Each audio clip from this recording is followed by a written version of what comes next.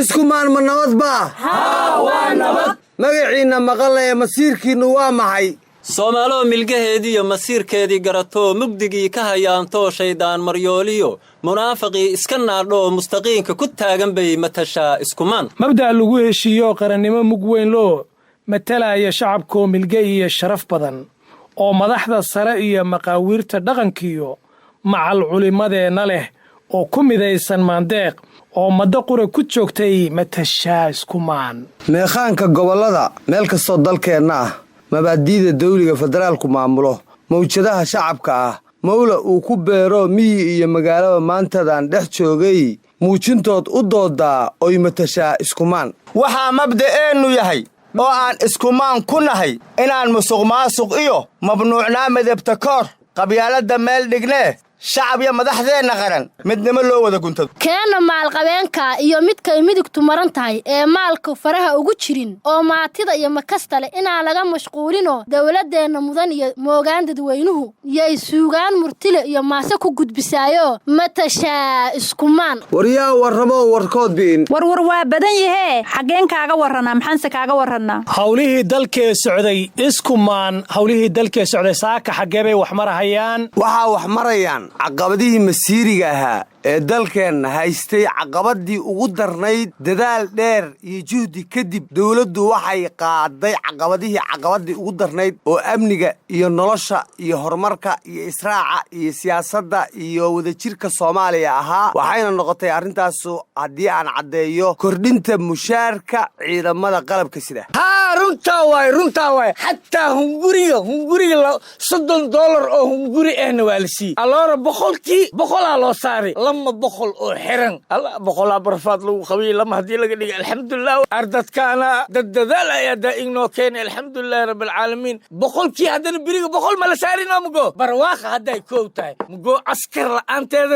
la'aanteedana ummaddaan wax ma anfacayo alxamdulilah maasha allah maxaa dhahday waryaaya warma $100 baad ku sacabiseen ciidan loogu daray war waxaas aqli ma ahan run la iskuma sheegin oo maxaa runa adigu hadda sheeg wixii runa waxaa runa $100 baa ciidan loogu dara run ma ahan 8,000 aar ku dhishin lagu cunaa run ma ahan war ma ciidanka jidka fadhiya oo xabadda dhafoorka ka saaran tahay oo qaraxa ku dhacay oo kaneecada cunays oo roobka ku da'ay $100 loogu sacbina ninna aar ku dhishin ku jiraa 8,000 10,000 ku qaadana ma taasa xaqa war wax kale ii sheega abnigu waa ciidanka ilaa ciidanka xaqooda la sugana abni ma jiro run hal isku sheego waxaan run ma ahayn yaa hormar abnigu ka dambeeya abniguna waa ciidankoon la hormarin abni ma jiro aaw ku qurba joogtaay dhahay waxaan heynaa maxaa la dhahaa taakuleynta ciidanka idinkana ma la seexatee war waxaanu xaq ma aha $100 baa dawladda isku raacday waxaanu xaq ma aha war wax ma ogtid war hal aadi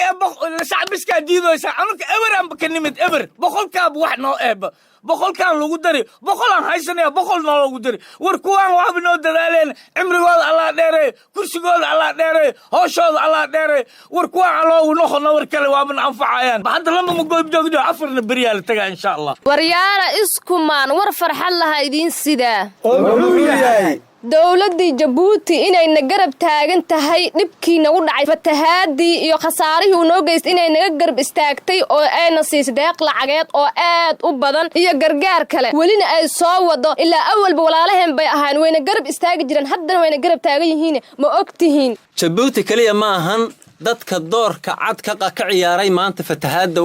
ayaguna waxa weeyaan lambarka labaad ama kow ka ah shacabka Puntland oo haddeer tiimkii loo soo qoray ay weli dabiiba hayaan waxa weeyaan dadkii dhibanayaasha ay ku dhex jiraan war dawladda Jabuuti waa dad walaalaheena oo weligoodba diyaar inoo ahaa oo ina garab taagnaa oo garanay Puntlandna garanay laakiin Soomaali badan baan tabayaa qurba joogta aaway Jubbaland aaway Galmudug aaway Koonfur Galbeed aaway Hirshabeelle aaway dadkii aaway Somaliland Somaliland waryaa maanta oo dhan meelaan jirin bay iigu meeraysanahay war wiilka jooga Gaarisiya kan Jabuuti jooga iyo midka jigjiga jira iyo kan xamar jooga kulli waa jirkayga oo waa Soomaaliya aniga ciirtaydu waxay jug tiraahdaa nimankii cadcadaa iyo gargaarkii caawimadii shisheeyaha ee aan ku darari jiray meeday shisheeyahan ammaanan jira meeda soomaali isma ammaanto anaa ogo muruqooda alla waa ka qariye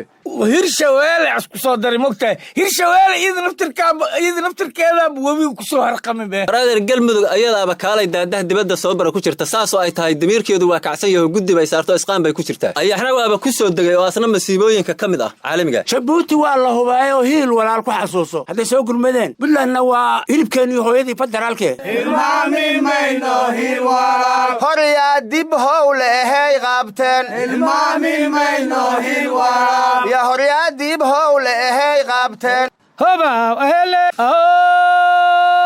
hobaw ahele wayaab ahele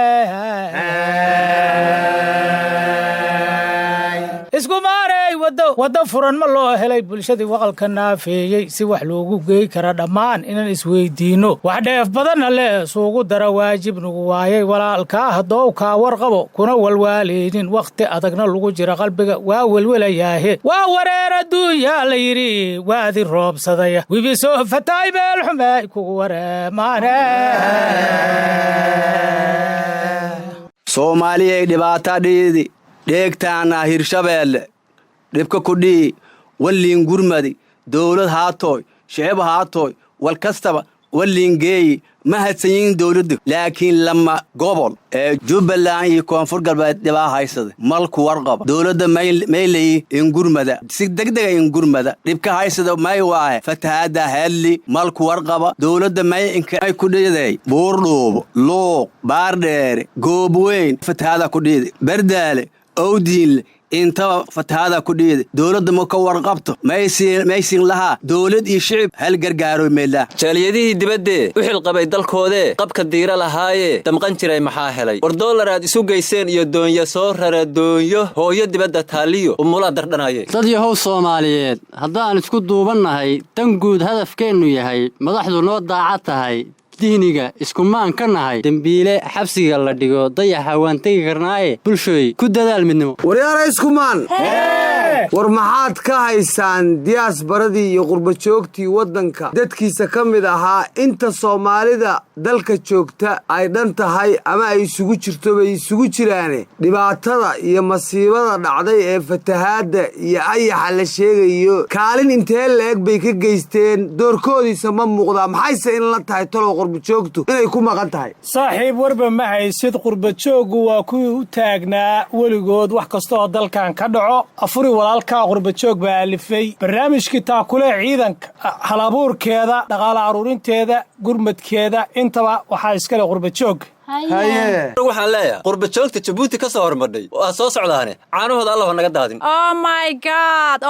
god war qurbajoog la'aanteed qarankani ma taagmeen qabri bay u aadeen balse ay u quudshaan qarni haafkii naga tegey qaran jabay dadkiisii qurbajoogta way soo socdaan waa diyaar ayagaaba qayladhaantara keenay qayladhaantoo dhanba qurbajoogtaa soo tabisay waana diyaar